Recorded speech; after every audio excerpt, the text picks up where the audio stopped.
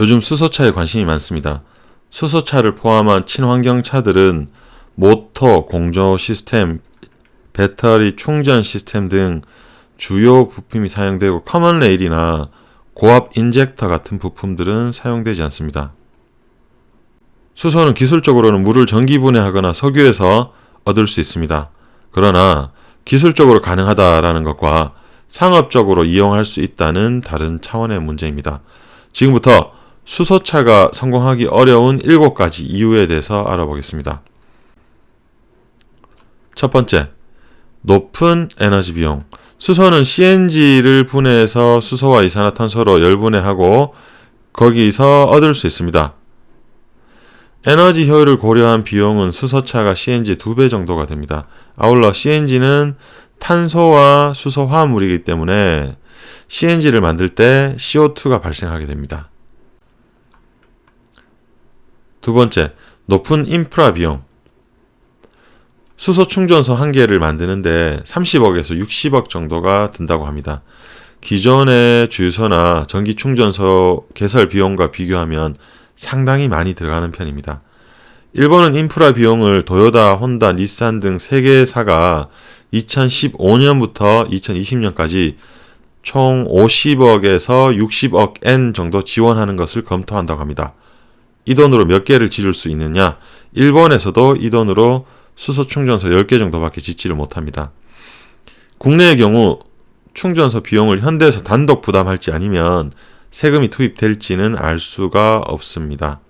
서울 양재 수소 스테이션의 경우 평일 오전 8시부터 5시까지 운영이 되고 충전 압력은 700바로 총 용량 기준 넥소 하루 20대, 버스는 하루 10대 정도 완충이 가능합니다. 민간 위탁인 상암수소 스테이션은 충전 압력 자체가 350바 수준이라 하루에 최대 5대 정도까지 충전할 수 있습니다.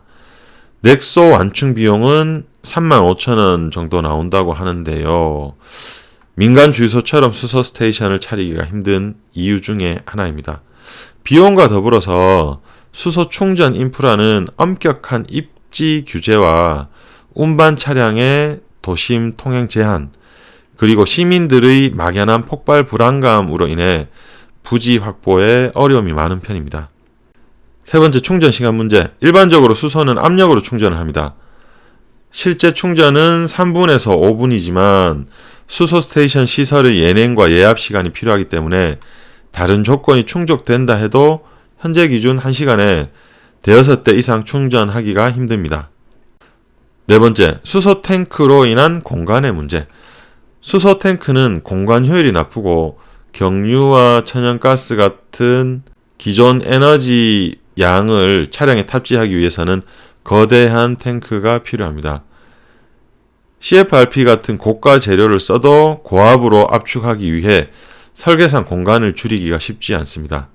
공간의 문제는 증기기관이 산업혁명을 이끌었듯이 수소 경제라 할 만한 산업 전반의 응용에서의 걸림돌이 될 것으로 보입니다. 오토바이나 개인 이동 장비 등에 응용하려면 더 작은 수소 탱크가 필요하나 현재는 쉽지가 않습니다.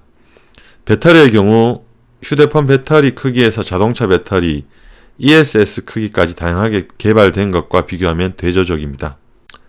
다섯 번째, CO2와 질소 산화물. 수소 자동차는 친환경 자동차가 맞지만 수소 제조 과정에서 이미 CO2가 발생합니다. 여섯 번째, 취급의 어려움.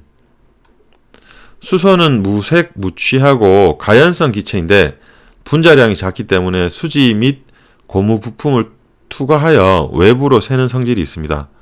수소는 공기보다 가볍기 때문에 확산되기 쉽고 실내에서 탱크 등에서 새어나온 수소가 천정 부근에 체류하고 연소 속도가 특히 또 빠르기 때문에 불이 붙으면 서서히 타오르는 것이 아니라 단번에 폭발하게 됩니다.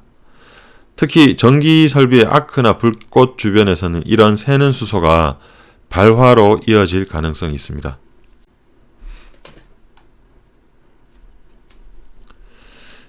일곱 번째, 국제 표준의 문제. 1970년대에는 비디오 녹화 및 재생 방식이 VHS와 베타 방식 2가지가 있었습니다.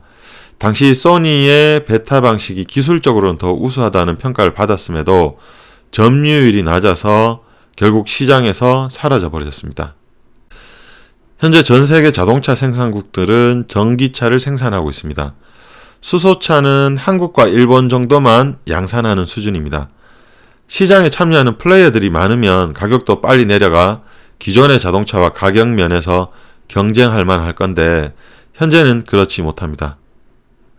수소차가 기존 내연 차량이나 전기차에 비해서 생산자, 소비자 모두 메리트가 있다면 새로운 자동차의 한 형태로 자리 잡을 것입니다. 반대로 수소 자동차의 매력이 없다면 아마 10년 후, 20년 후에는 비디오 시장에서 그랬듯이 친환경차 시장은 전기차가 주도하고 수소차는 역사 속으로 사라질지도 모릅니다. 미래의 새로운 산업을 선도하는 대한민국을 위해서 기업과 국가가 힘을 모으는 것은 아주 바람직합니다. 다만 방향이 맞지 않는다면 시간과 돈은 물론 그에 따른 기회 비용까지 이를지도 모릅니다. 미래의 자동차 산업은 전기차냐 수소차냐 같은 하드웨어의 영역과 더불어 무인주행 같은 스마트카를 운영하고 응용할 수 있는 소프트웨어 또는 플랫폼에서도 돈을 많이 벌 수 있을 것으로 기대되고 있습니다. 10년 이상, 120조 이상의 재원을 저출산 대책에 쏟아붓고도 출산율이 1명 이하로 유례없는 또 씁쓸한 결과를 보면서 시간과 돈과 노력을 모두 올바른 방향으로 투입해야만 결과도 좋을 수 있다는 교훈을 되새겨 봅니다.